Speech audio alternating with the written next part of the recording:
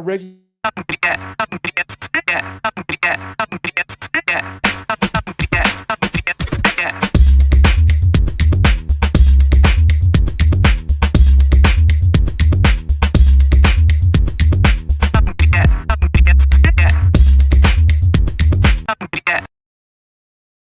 Good morning, Chris. How are you? How was your evening last night? Oh, it was terrific, Anthony. I actually went out, did a work dinner. We had proper dinner. It was great. How are you doing on this? Good. I had a family game night last night. We played this new game. It's called Bono-opoly.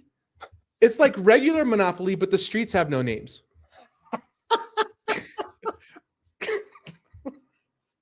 That should not be nearly as funny as it is. It's really. Oh, man. God, that is really bad and wonderful all at the same time. Thought I'd wake you up with a good joke. Oh, it is. I do need a little bit of a caffeine jolt this morning, Anthony. Anthony, what's the secret sauce behind viral content that spreads virally without paid promotion? 73%. Oh, I thought you wanted me to answer that. Sorry, keep going. It's a provocative question. It's just supposed to get you thinking. 73% of brands fail to achieve organic reach beyond 2% of their audience. Yet Notion's Ivan Zhao built a cult following through pure content alchemy, turning every feature launch into viral storytelling. Today, Anthony, on How to Founder, we're talking about organic content marketing. I'm Chris Franks. I'm your host. Today with me is Anthony Franco, looking spry, telling the good, bringing the good dad joke epic heat this morning, which is pretty good. And with us, we are very lucky to have the incredibly well-coiffed, may I say, Mr. Dan Shinder.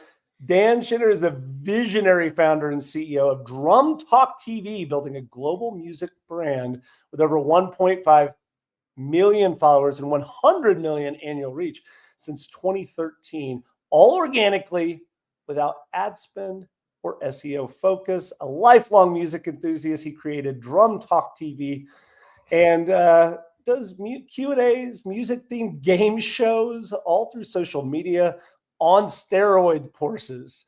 Also does social media on steroid courses. You have a music thing coming up, right?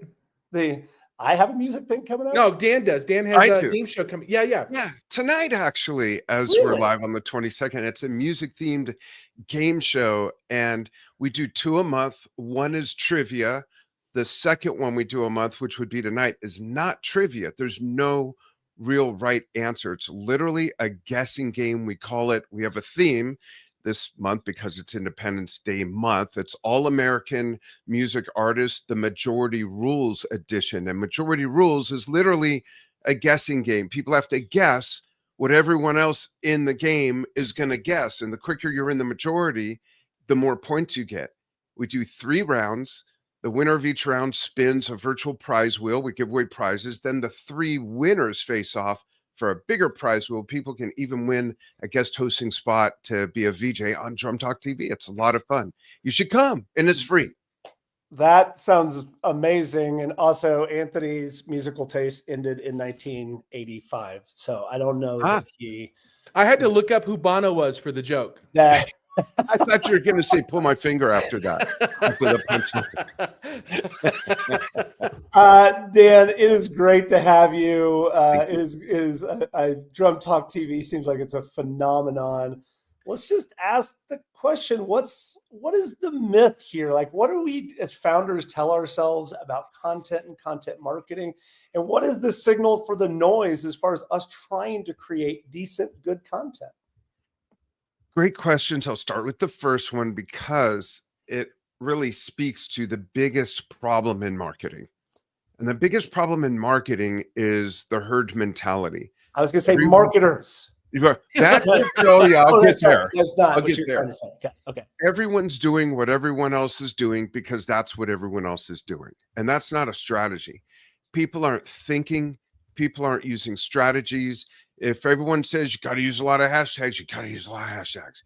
If everyone says, and everyone's doing using generic hashtags, people use generic hashtags. They don't do anything for your posts, by the way. Probably the craziest thing I say, but we can come back to that. No, I was going to say hashtags were really cool, like in the first 3 years of Twitter. They don't do anything for post reach, but I'll get there. But to speak to the first part, the myth is that A, people think there's no such thing as organic growth. B, everyone's copying what everyone else is doing who's doing it wrong. And what I did is I just used some uncommon sense, some logic, and I tested stuff, and I intentionally didn't do what everyone else was doing. And if I saw something that just didn't seem logical or make sense, I tried it out, and then I figured out an alternative. And for 12 and a half years, we've been able to get around pretty much all the different algorithms.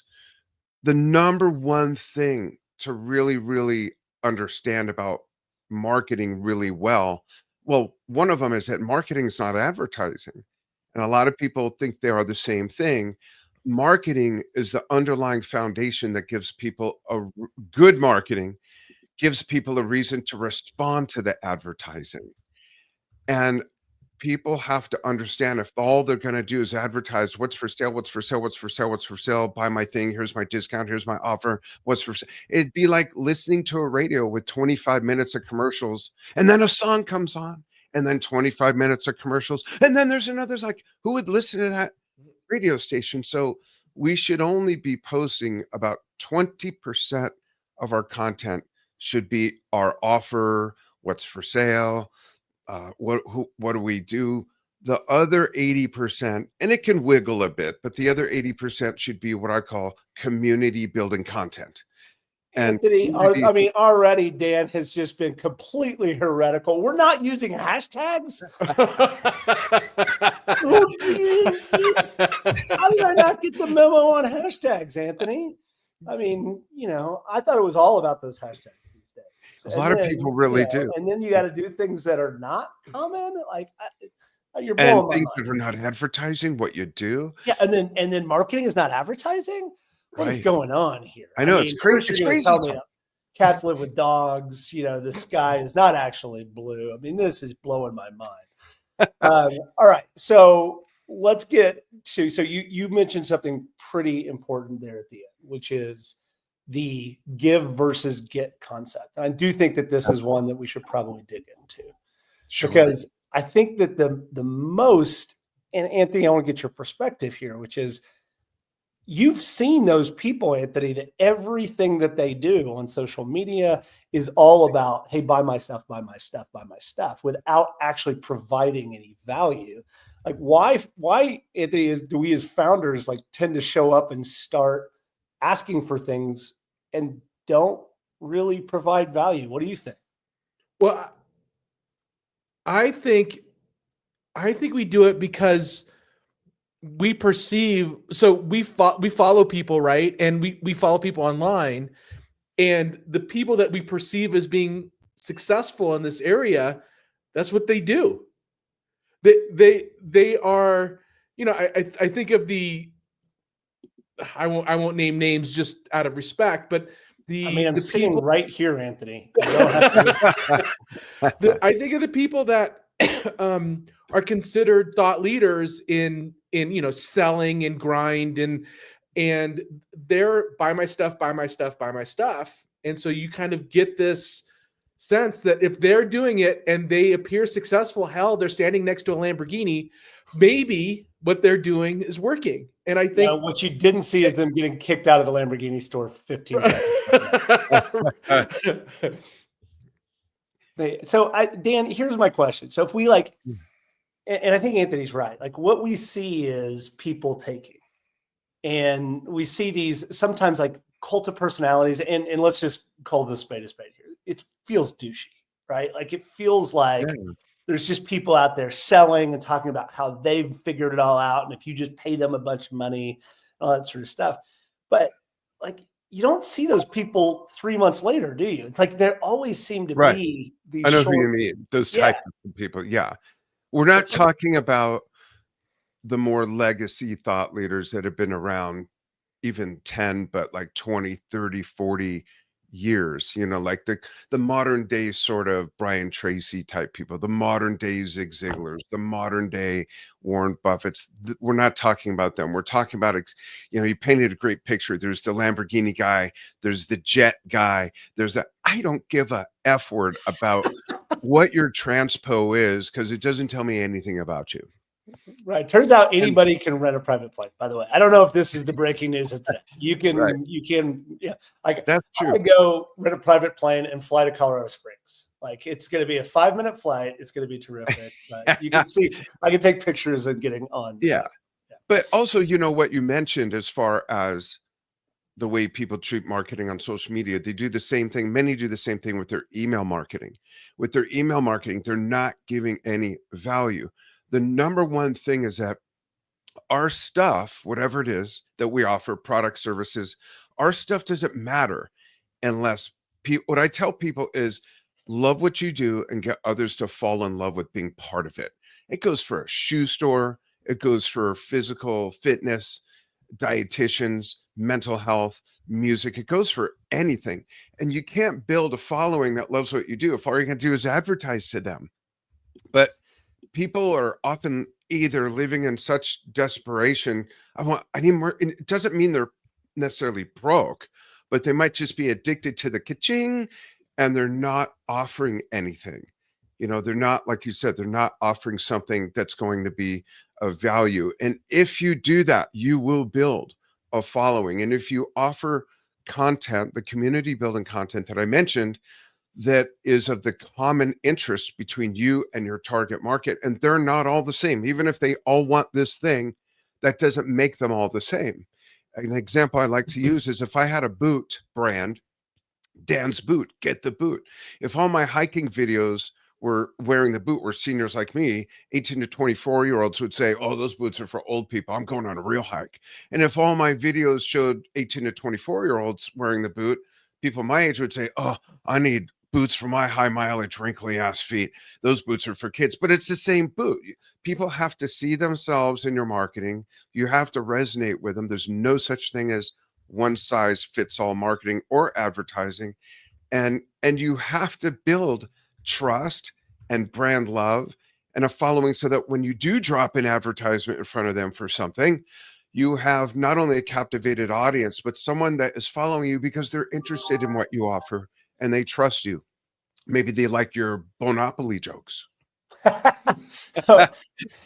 This is, I think it's one of the things that, Anthony, you and I have talked about a couple of times, but I wanted to get your take on it from this perspective. Certainly. Which is, as founders, we oftentimes, there's two things that fight against us. The first one is this idea that we don't have something to offer or tell.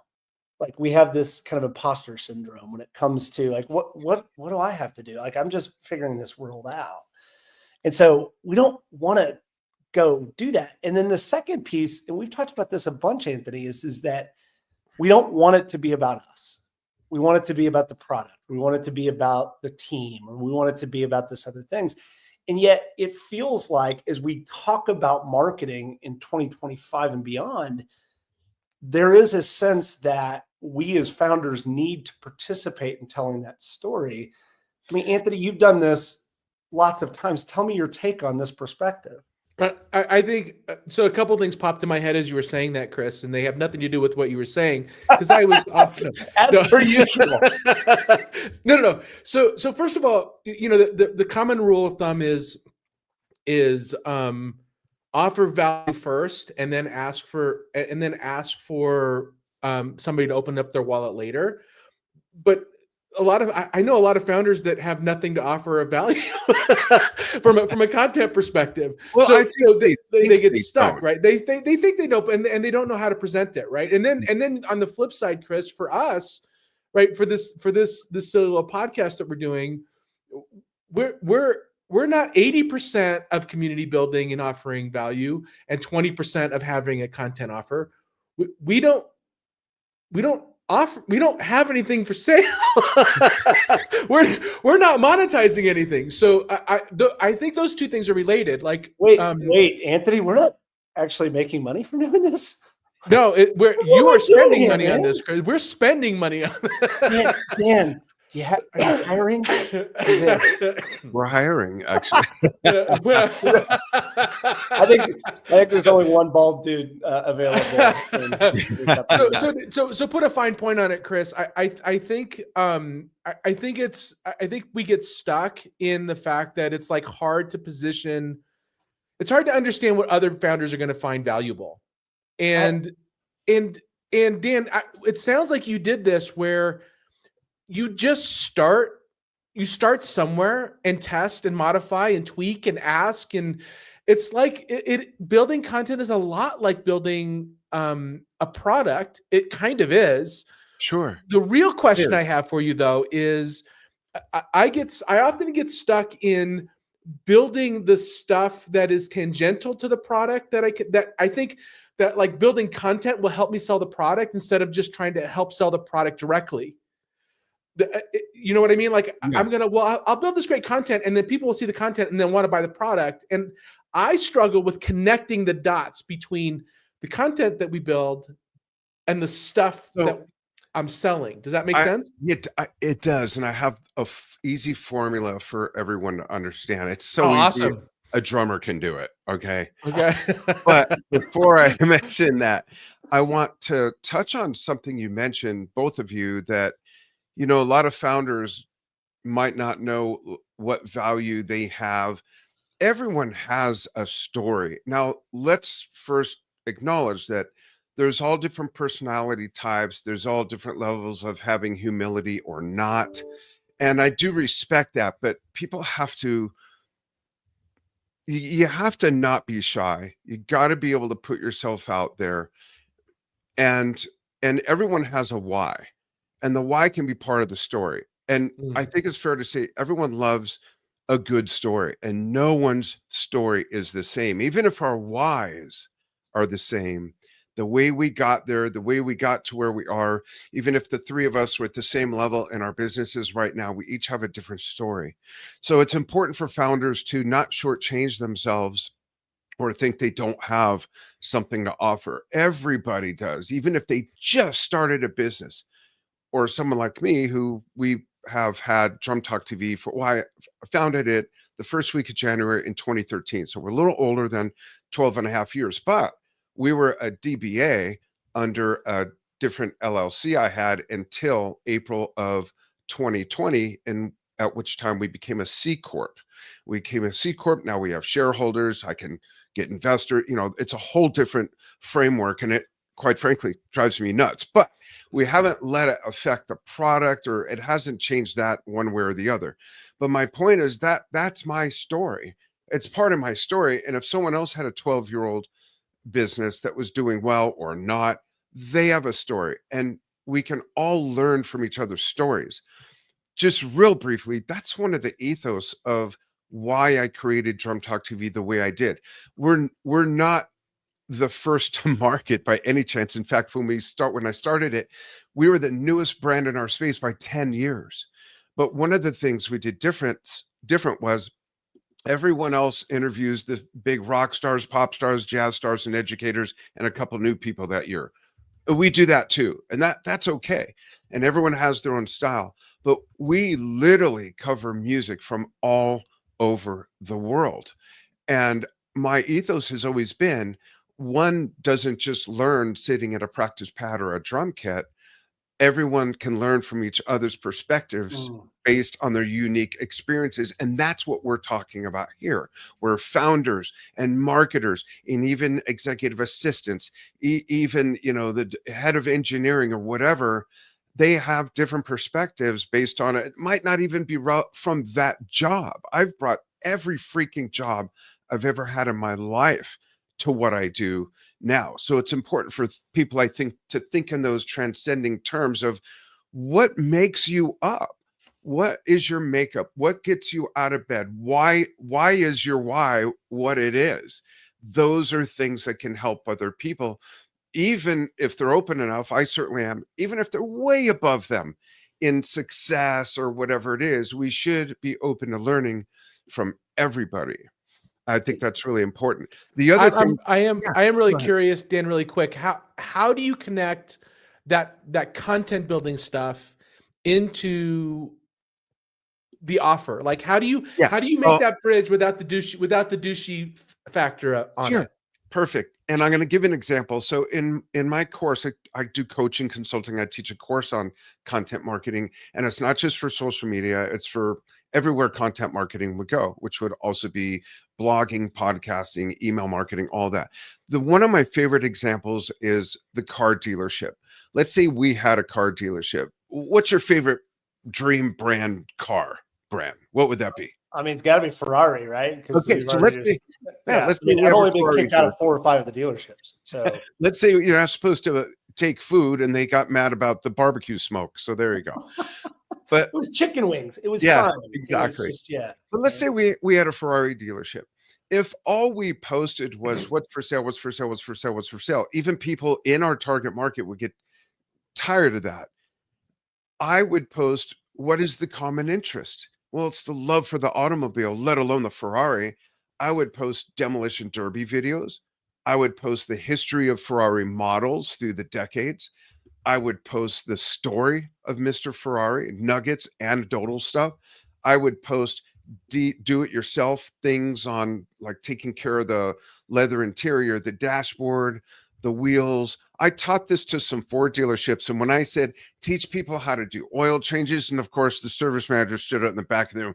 Wait, excuse me, we don't want to teach them how to do that. We want them to come into the service department. that sounds oddly like every service manager I've ever. I've been around them. I said, excuse me, but if you show enough people how messy that can be, they will get a speeding ticket on the way to your service department. So though none of those posts have to mention the offer. Those posts should have a call to action that sends them in one of 3 places. One of them, the most common one we use, is a rabbit hole to take in more of your content, to learn more about you, the voice of the brand. How are you helpful? What do you talk about other than just selling Ferraris? And that would be a link to your videos album on whatever platform. Could be a YouTube playlist. It could be your Facebook videos album. And they get in that ecosystem, and eventually they'll see one of your sales videos that is an offer. Or you send them to learn more. And maybe there's a specific short video on taking care of your own leather interior. Or you send them simply to sign up for our email list. Don't call it a newsletter. Sign up for our email list and tell them what to expect, what they'll get out of it that'll benefit, even if it's just fun, stupid stuff. So that example, whether it's a Ferrari, a Ford, or whatever, it's all about getting them to follow you because of the common interest. Another slide I have in that presentation, and then people start to get the hang of it. Okay, let me show a horticultural center, a nursery. What would we post about that wouldn't be roses are on sale and this and that? And people start thinking, landscaping ideas. Yeah, exactly. So I get them going. But then the last slide I show is a woman kneeling down with a dog in front of a car that's wrapped with her business sign, and it's a pooper scooper service. I said, what would she post? And people are like a little stumped. They said, what's the common interest? They go, oh, the dog. I said, we're adopting our 4th dog this week, by the way. I said, exactly. So post dog tricks, dog grooming, dog health, what dogs go with other dogs, what dogs go with kids, what dogs go with the elderly, and it's that point of relational interest that you post about to build the community, build engagement, let them learn about you through that, and they'll see the offer. And you can advertise a free workshop on whatever. And then I'm doing one Thursday. We'll talk about that later. But it's not necessarily taking the community building content and schlockly slipping the right hook. Oh, and there's an offer. No offer whatsoever. This is what we do. It's in this world. You're interested in that world. It's like turning any topic into a lifestyle brand, if you will. I think I've got some of the key points. I'm just going to recap for just my own clarity, which is I think one of the things, Anthony, as we talked about is that the act of starting a company itself is interesting, and the passion that you have and your why behind it can become the basis of content, and discussing that content can actually become that. And particularly if you're like Dan and genuinely passionate about the subject matter, which you probably should be if you're going to be starting. It helps, definitely. But you want to be authentic. Yeah, to be authentic. Then using that as the foundation, and really then just being curious around what is interesting to your audience, and what are you interested in? And then what are those, like we were just talking about, Dan, what are those tangential pieces that you can discuss of things that people that will share your love and passion for that project will resonate with them. I want to get to, and then, the secondary piece there is that don't lead with the offer. Don't just actually serve the community and then give them the opportunity to opt in. All right. I have a question that just popped into my head. Yeah. What do Sorry, we're out of time. So No. sorry. I was going to say, we got a good dad joke coming? No, it's not a dad joke. Actually, So what do you say to founders that just shouldn't be on camera? Why are you looking at me again, Anthony? So I do want to speak to that, but before I forget, I want to address something you said a little earlier, Anthony. Okay, good. Then we'll jump right to that, because I have a great story that I saw happen. You mentioned also that a lot of founders, a couple things get in their way. And usually it's three things, and they could say it to themselves, me, myself, and I. But one of those things really is that if it's an area they don't know about, they're too quick to just go hire someone and not learn anything about it, and not learn even enough about it to vet the right person. And marketing, I'm sorry to say, is the worst thing to let that slip, because anybody with one of these, and folks listening to audio only, I'm holding up a keyboard, not like a Fender Rhodes piano, but like a computer keyboard. And anyone with one of those says they do social media, or they're a marketing, or they're in AI. Right. A lot of marketers will not take my course for a few reasons. One, they don't want to be held accountable to do all that stuff. Two, they don't want to learn and make their job more involved. Three, they're charging people to just post stuff, they don't know what the 12 brand archetypes are, therefore they can't identify. And that's something I'm covering on Thursday. They can't help the brand with the brand's voice. They don't even know what that means. So they need to learn. Years and years ago, I managed McDonald's restaurants. I worked for the corporation. I had to learn how to fix the HVAC system, just so that when I called our vendor, I'd know if they're ripping us off or not. I'd be able to diagnose it. I needed to know how to clean the grout. I needed to know how to clean the grill filters. I never did it, but it's your business. Learn about marketing, of all things. You don't have to be an accountant, but at least get a nice abacus and know which direction the beads are supposed to slide in, that kind of thing. So I just wanted to mention that to speak to what you said earlier. Now, what you said now about founders that shouldn't be on camera. I was at a funding event a year ago, September, in Newport Beach, and it ran, I'm sure no one's heard this before, it ran an hour and a half late. It got later and later through the day. And what was supposed to be like my 6 o'clock spot ended up being like 9 o'clock or something. So I'm getting in the zone. I go in the room. It's a big room, 200 people in there. I'm watching the stage from the back of the room. And the two people before me, bless their hearts, both their products each had to do with, one was aerospace and one was some other gizmo thing. And the founder should not have been the one up there talking because it was a typical, and I'm sorry if someone's an engineer out there, but hopefully engineers have engineer humor. I actually have a B2B client that's an industrial business, so I can joke about it, but it was an engineer, and he got up and he talked about how, and then this thing, and what you do is, and the way it works. And I was like, oh my God, this guy's going to clear the room before it's my turn. And then the next guy was worse. And I'm thinking exactly what your question is. They need to have someone that can get up there, talk about the product and what they're raising money for. Don't ever say you're passionate about this or that. No one cares if you're passionate about something, but they can recognize it. Be Have passionate, someone right?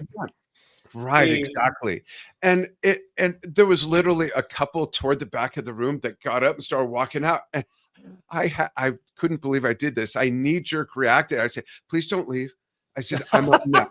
Please I said, stay. I did that. I said, "Please don't That's leave." awesome. And That's awesome. I'm under the, radar. I'm talking like this, and the AV booth is next to me. I'm like, "Please don't leave. I'm next. I promise I'm going to wake up the room. I promise." I got up there and I lit the room, and it wasn't in like a cheesy, schlocky, bouncing off the walls kind of thing like I can do when I talk, but it's a great question because not every founder should be the face of the brand. We're doing the opposite with me. We are now removing me slowly as the face of the brand. The company started out with 3 people. No one got along. Goes back to me, myself, and I. I did everything except the website for like the first year and a half. It took a while to get to a point where I built a team. There's been people that have come and gone, but now we're going through a huge expansion. We're cloning the Drum Talk TV model with 6 sister brands, and I can't be everywhere. I don't want to interview people on Keyboard Talk TV or Guitar Talk. I can, but we don't want it to look like the Dan Shinder show. So I'm backing up a bit. You know that gif of Homer Simpson backing up into the hedge? That's me right now. And now there's people taking over the co-hosting spot with someone else that I used to do with a co-host on certain original series we have, the news desk report that we do every week about the music industry. And so people need to be real about their attributes and what they need help with. And don't ask your friends. Whether it's marketing, whether it's yeah, you like this new finish? This is pretty cool, right? Because your friends, bless their hearts, will hold your hand, nod, smile, and walk you to the cliff and stop short as they let go because they don't want to hurt your feelings. You need someone who's going to hit you in the stomach so you don't see the need of the face coming, push you down the stairs, run down the stairs before you can get up, slap you across the face. So you're saying you can't, and then help you up and give you you advice. can't learn to be camera worthy. You can, absolutely. Okay. But you got that's You gotta take it like a you have to treat it like a craft though. and you have to decide and listen to objective feedback whether or not are you learning, like are you improving? Are you ready for this? Or should someone else in the company take that spot? It's not always the founder. And you can become camera ready, but you got to be engaging. I had here's a fun fact. I had a cooking show on TV years ago.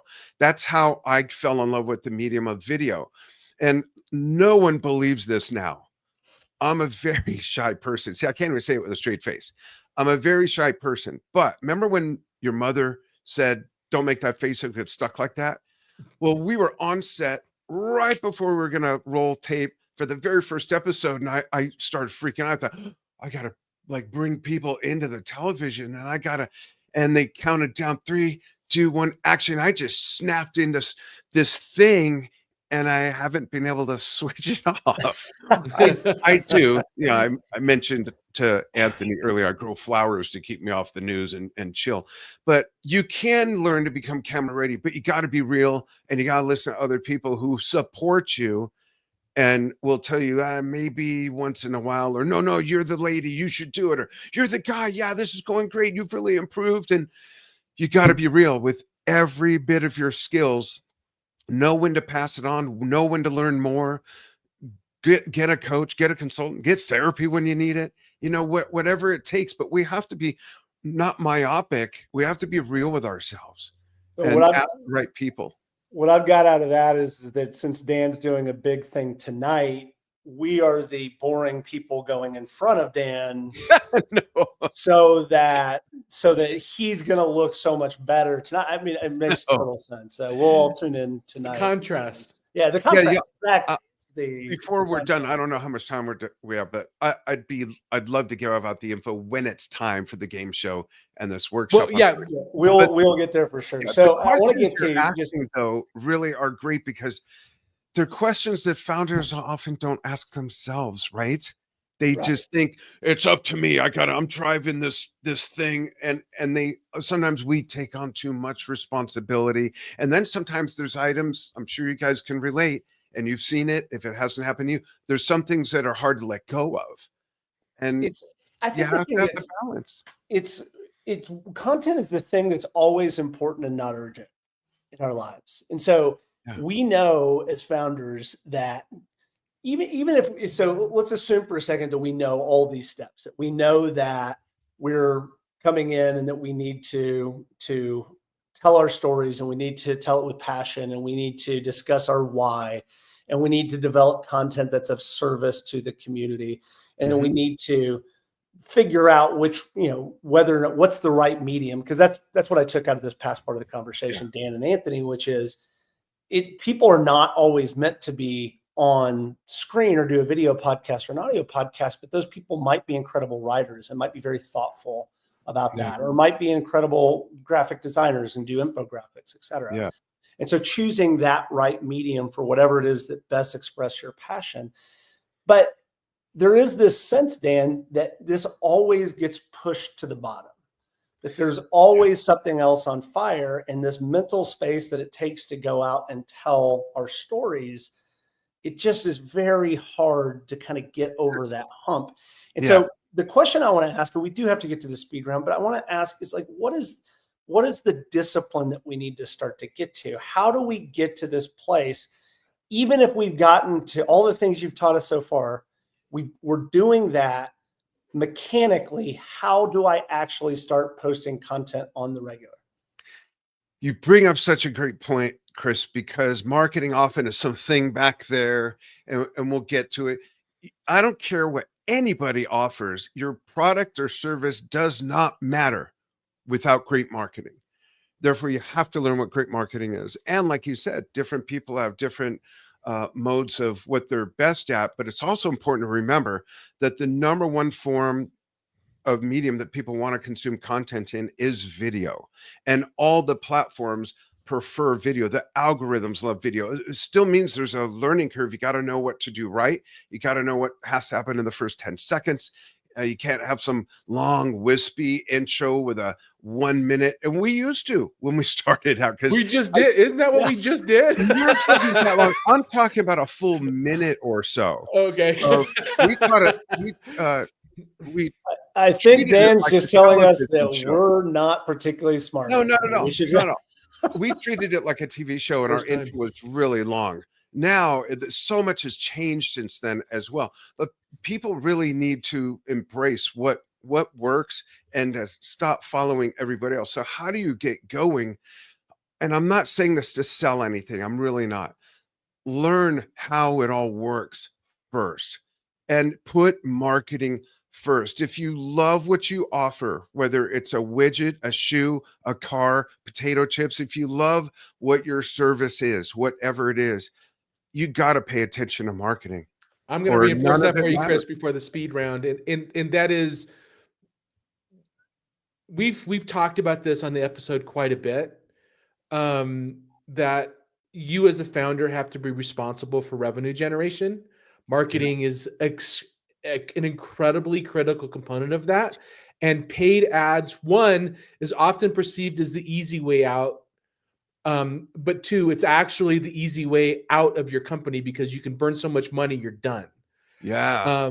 So what we're talking about today is earned media, and you have to take earned media as a craft. Like you said, Dan, like you have, go take a course, go pick up a book, go experiment cheaply, go figure it out. But nobody's going to do it if you don't do it as a founder. All right, Chris, I just that was good. Set you up for the speed round. Go for it. Oh, thank you. Thank you. I'm ready. All right, Dan, are you ready for the speed round?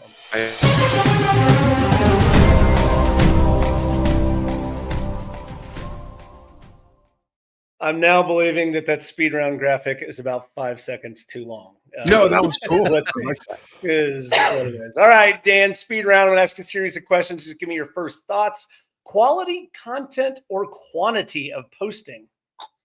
Quality, but you have to post enough to turn the algorithm on. 3 times a week isn't doing it. Trend hopping or niche focused?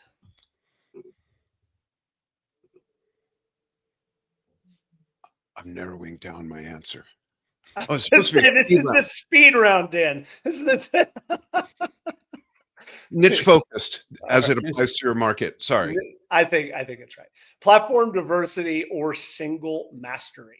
Absolutely. Platform diversity. Get great at one and then clone your skills. I like it. Data driven or gut instinct, particularly on topics. That depends on the individual. I have an extremely high level of intuition. I follow that a lot, but you got to use data as well. But before you have data, you got to use your gut, test, look at the results, polish where it needs it or throw it away, capitalize and get better at what works. Community development or audience growth? Or audience what? Audience growth. Audience growth so you can develop the community from that large audience. That's a pretty good one. I've learned a bunch today. Anthony, what are your takeaways? All right, so I'll try to wrap this up quick. Good marketing gives people a reason to respond to marketing, or to respond to Advertising. It doesn't make sense. Good marketing gives people the reason to respond to you. Sorry, 20% of content on offer, 80% on your community building. You have to love what you do and get other people to fall in love alongside you.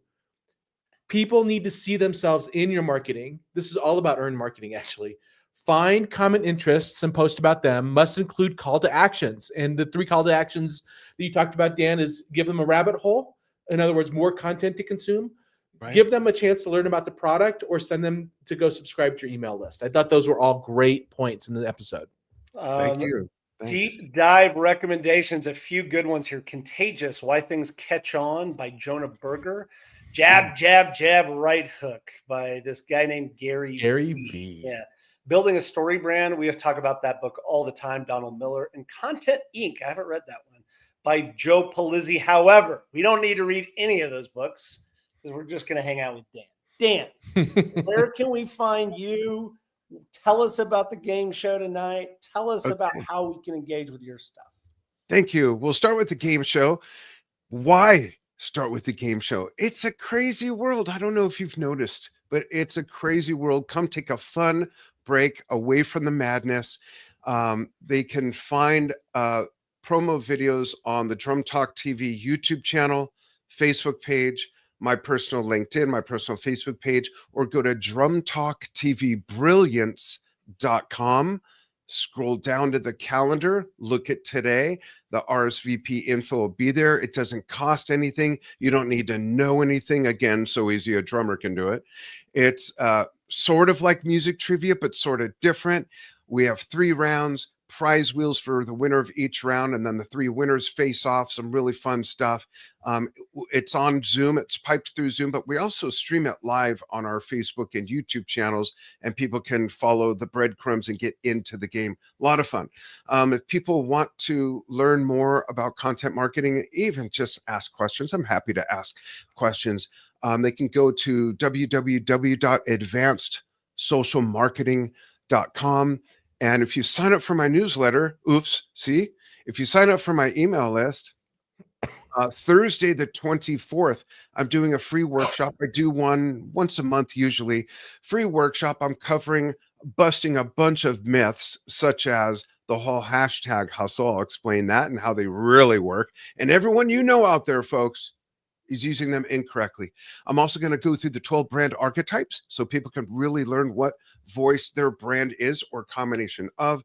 I'm going to take questions. There's no strings attached. It's on Zoom. It's a visual presentation. And just sign up for my email list and I'm sending out stuff. There's also a video promo of that on my LinkedIn and my personal Facebook page.